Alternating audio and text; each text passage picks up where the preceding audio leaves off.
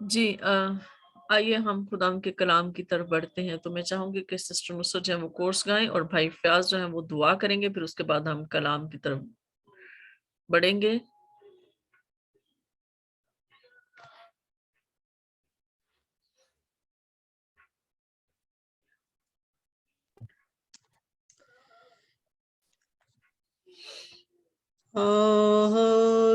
Hallelujah.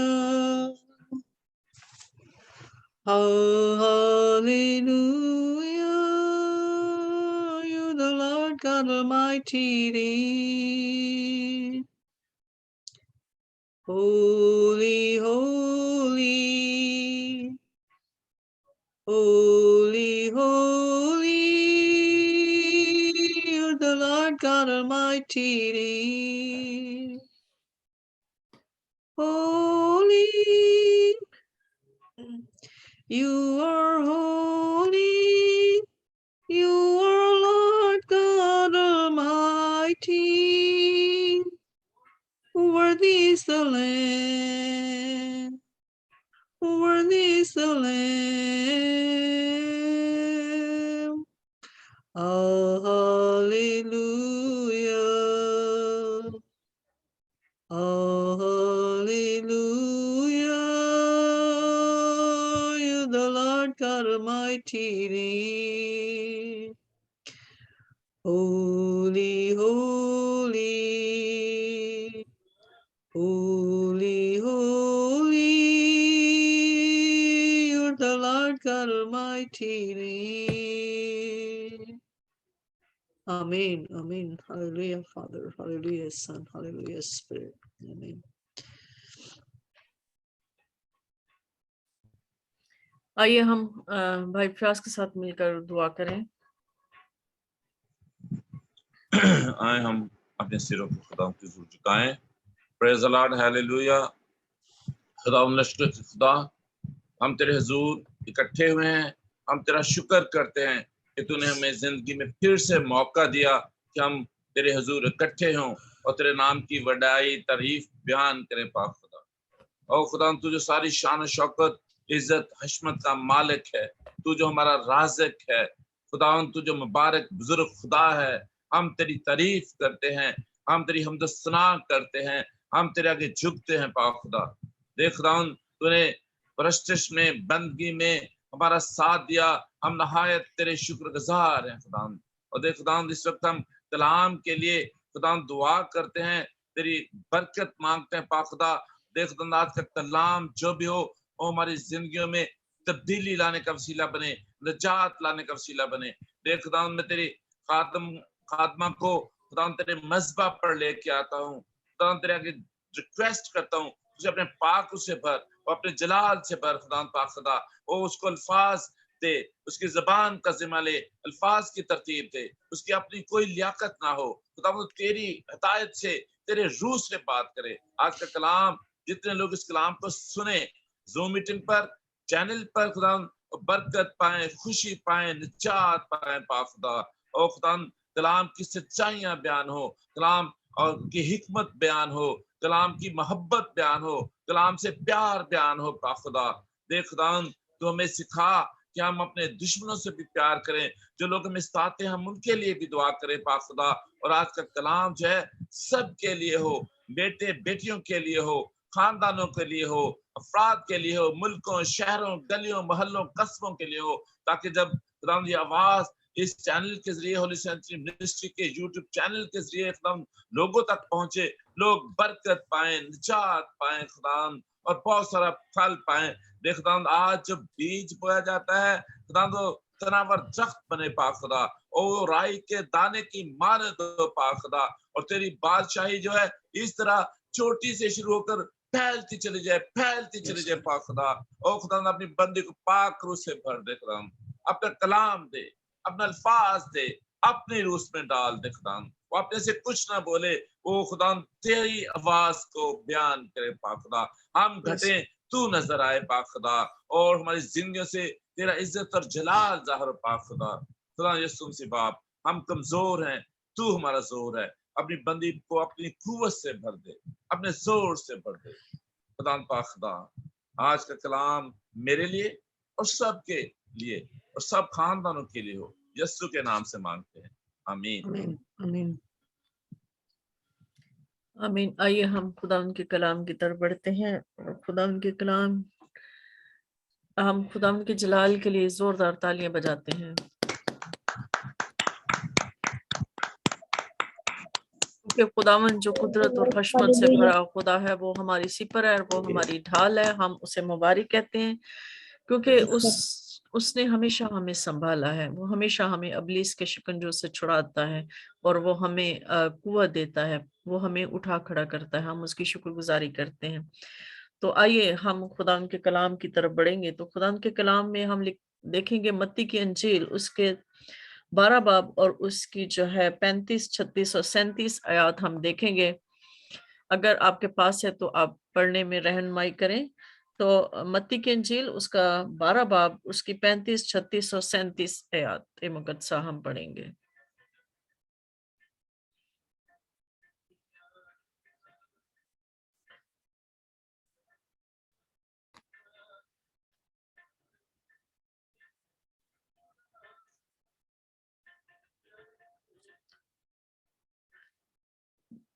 جی بھائی، آپ کا مائک آف ہے۔